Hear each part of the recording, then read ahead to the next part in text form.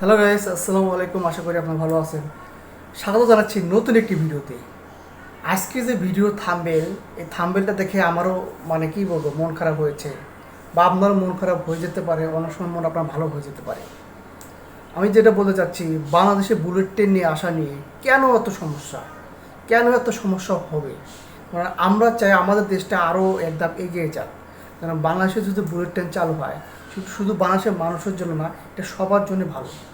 কারণ আমি যেটা মনে করবো, আমাদের দেশ কিন্তু অনেক পিছিয়ে আছে। কারণ অন্যান্য দেশ যেরকম আছে, সব ধরনের সিস্টেম বা সব ধরনের উন্নত উন্নত জিনিস সার্ভিস চালু আছে, এখনও বাংলাদেশ কিন্তু সেই পর্যায়ে পৌঁছাতে পারেনি। কিন্তু কেন পারেনি, কেন কি কোথায় সমস্যা, জানবো আজকের এই ভিডিওতে। আপনাদের মাঝে আজকে যে ভিডিও শেয়ার করবো সেটা হচ্ছে বাংলাদেশের বুলেট ট্রেনে কেন বুলেট ট্রেন এই ধরনের সমস্যা হচ্ছে। আরও জানবো নানান কিছু বিষয়, নানান কিছু তথ্য। চলুন তাহলে কথা কম বলে শুরু করা যাক আজকের এই ভিডিও।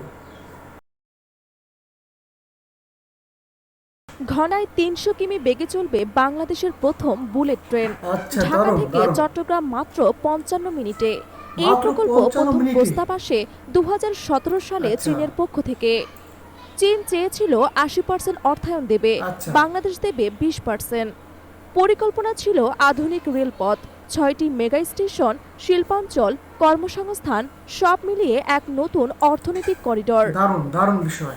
কিন্তু দীর্ঘ ৭ আচ্ছা, বছর এই প্রকল্প আটকে ছিল, সেটা যা কেন? কিনা শুধু একটি রাজনৈতিক সিদ্ধান্তের ও, অভাবে। দীর্ঘ ৭ বছর তৎকালীন প্রকল্প আটকে ছিল। প্রধানমন্ত্রী আচ্ছা। ভারতের কথা রক্ষা করতে গিয়ে চীনের প্রকল্পকে পাশ কাটিয়েছিলেন।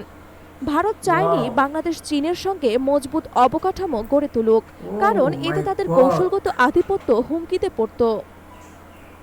ভারত চায়নি ২০২৪ সালে বাংলাদেশে বুলেট ট্রেন রাজনৈতিক চালু হোক। পরিবর্তনের আচ্ছা আচ্ছা। মাধ্যমে নতুন নেতৃত্ব আসে। ডক্টর ইউনূস ক্ষমতায় এসে প্রথমেই ধুলো পড়া বুলেট ট্রেনের ফাইল খোলেন। দারুণ দারুণ। সিদ্ধান্ত নেন দেশের আচ্ছা। উন্নয়ন আর বন্ধ থাকবে না। চীন আবার আসে, প্রকল্প অফিস খোলে, খুঁটি বসে কাজ শুরু করে। আচ্ছা এই রেল লাইন শুধু ট্রেন নয়, এটা বাংলাদেশের আত্মবিশ্বাস, স্বাধীন সিদ্ধান্তের প্রতীক। আচ্ছা, আর অবশ্যই। আমি ভারতের যেটা মনে জন্য করি, এটি বাংলাদেশে একটি বুলেট ট্রেন কৌশলগত চালু হলে ধাক্কা, দেশটা আর একটা এগিয়ে কারণ যাবে। আজ বাংলাদেশ জানিয়ে দিচ্ছে আচ্ছা। বন্ধুত্ব চাইলে সমান ভিত্তিতে, শর্ত দিয়ে নয়। রাইট। এই বুলেট ট্রেন শুধু ভৌগোলিক দূরত্ব কমাবে না, আচ্ছা। বরং অর্থনীতি, পর্যটন, শিল্প সব ক্ষেত্রে গতি আনবে। আর সেটা সেই গতির অবশ্যই। শব্দ পৌঁছে যাবে দিল্লির দরজায়।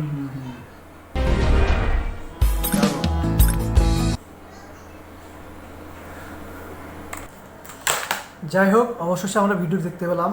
ভিডিওটা খুব সুন্দর ছিল এবং সাজানো ছিল, সব কিছু একদম একুরেট, সব কিছু 100% ছিল।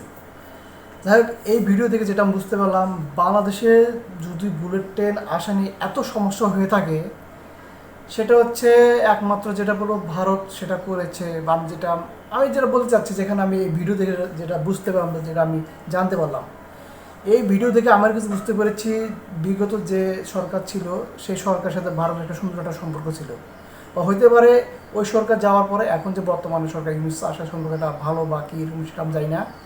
যাই হোক, এই ভিডিওর মধ্যে অনেক কিছু জানতে পেরেছি, অনেক কিছু বুঝতে পেরেছি। এই বুলেট ট্রেন যদি বাংলাদেশে চালু হয়, আমাদের দেশের জন্য সবচেয়ে ভালো হবে এবং আমাদের দেশে আরও এক ধাপ এগিয়ে যাবে। কারণ শুধু বুলেট ট্রেন শুধু দেশের জন্য এগিয়ে জন্য তা না, বাংলাদেশের মানুষ আরও সহজে কিন্তু সব কিছুতে যাতায়াত করতে হবে। যেখানে ঢাকা চট্টগ্রাম রোডে যেখানে এখন আপনার 1 ঘন্টার মধ্যে, এটা 8 ঘন্টার একটা রাস্তা জার্নি করতে পারবে 1 ঘন্টা, সেটা আমাদের জন্য ভালো, সবার জন্য ভালো।